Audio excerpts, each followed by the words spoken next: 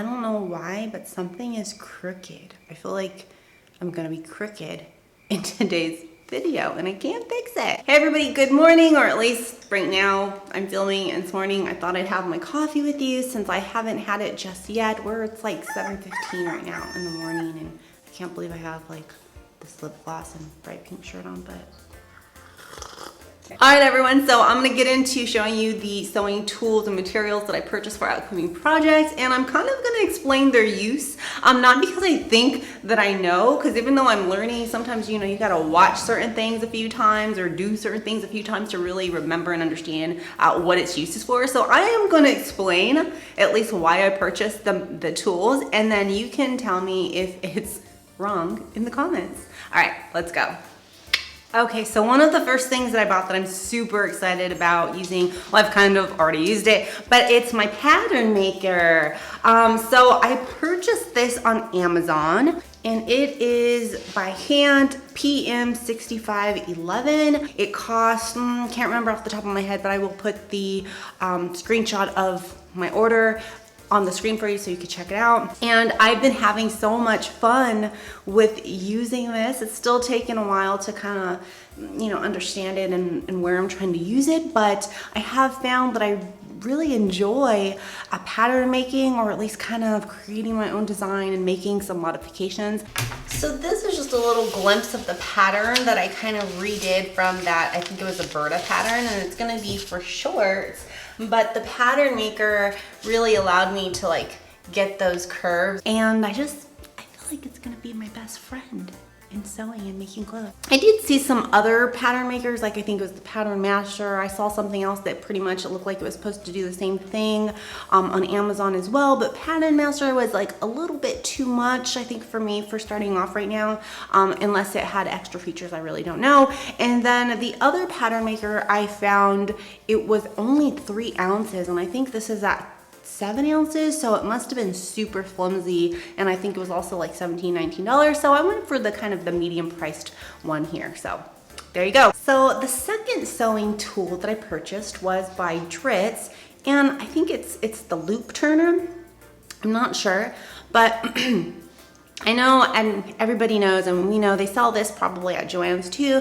I did purchase it on Amazon. I purchased most of my stuff on Amazon just because I do have Amazon Prime, and I am a little bit spoiled that you get the majority of the items within 2 days and you don't have to pay for the shipping. So for that reason, I love purchasing things on Prime. For this also, I will put how much I paid from Amazon on the screen here, and I'll also link it up in the description box just in case, I don't know, you want to read more about it specifically on Amazon. As I've been learning about maybe like loop turners and all of these things here, I did see that there were some others also in the market. Some looked a little bit thicker. I have read about cording and that being very helpful for things like spaghetti straps, but I don't know, for some reason I wanted to try this one first, and it has been working pretty well, specifically with spaghetti straps I've been making for pajama pieces and dresses. So can't wait to show those to you also, but item 2, loop turner by Dritz, that I'm very, very happy with at the moment. Sewing tool number 3, or maybe we should say 6. So I purchased various types of, I guess you could say, knit interfacing for the projects that I'm making right now. Specifically, if you've seen my most recent video, it's the luxury pajama collection. So I'm trying to, sew different types of pajamas, and the material that I've been using is like jersey knit, bamboo knit. It's very soft material, and I found that there's been a lot of puckering issues as I'm sewing these projects. So I wanted to see basically which knit interfacing was going to make the project look most professional, and a few of them I got here are from Sewkeys. It's a knit interfacing. I already used this on my bamboo knit jersey, and I think it was okay, but I don't know. I just wanted to see if there was something better. Again, I purchased this on Amazon, and I'll put the link in the description box. I'll also put the price point. I'll also put the price that I purchased it for here in the screen. And I also purchased Sulky. This was actually recommended by Mimi G, and as you know, I mentioned in my last video that I purchased a membership to the Sew Academy. So this was something, again, that she did suggest when working with knits. So I thought that I would like to try this out too.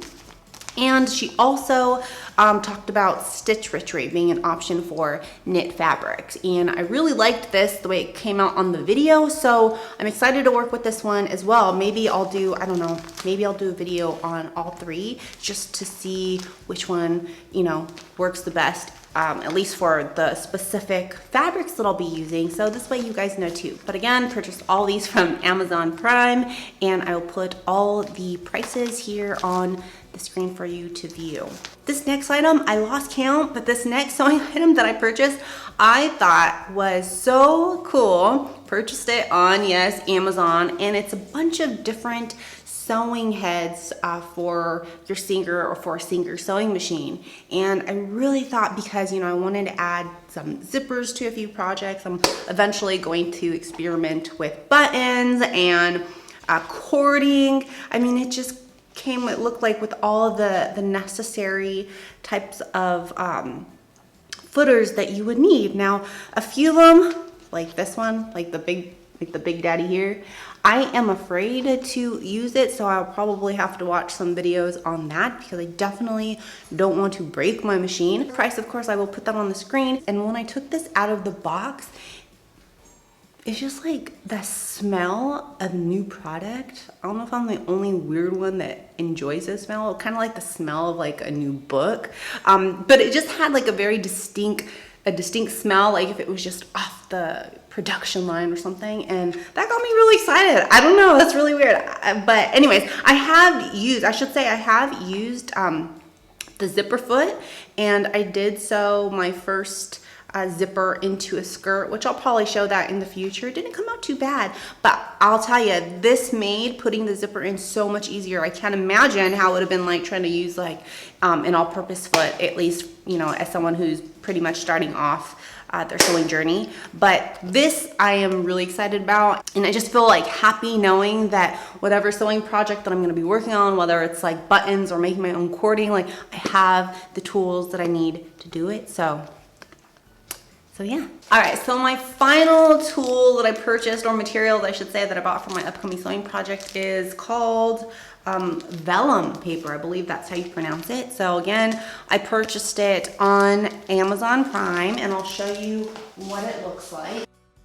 But it's basically this thin paper, and I purchased it because I wanted to start drawing my ideas. I wanted to start putting the ideas I have down on paper. I don't know if you can see it already. And this has been something that I've really been enjoying. And thank goodness I have, you know, the little bodies to trace from the Mimi G Sew It Membership Academy, because I would not be able to draw this just, you know, freehand. But drawing the designs or the images that I see in my head have been so much fun. I feel kind of like a kid again. It's been a joyful process, you know, getting, I guess you could say, to kind of play with this and be creative again in a way that I feel like I haven't been in so long.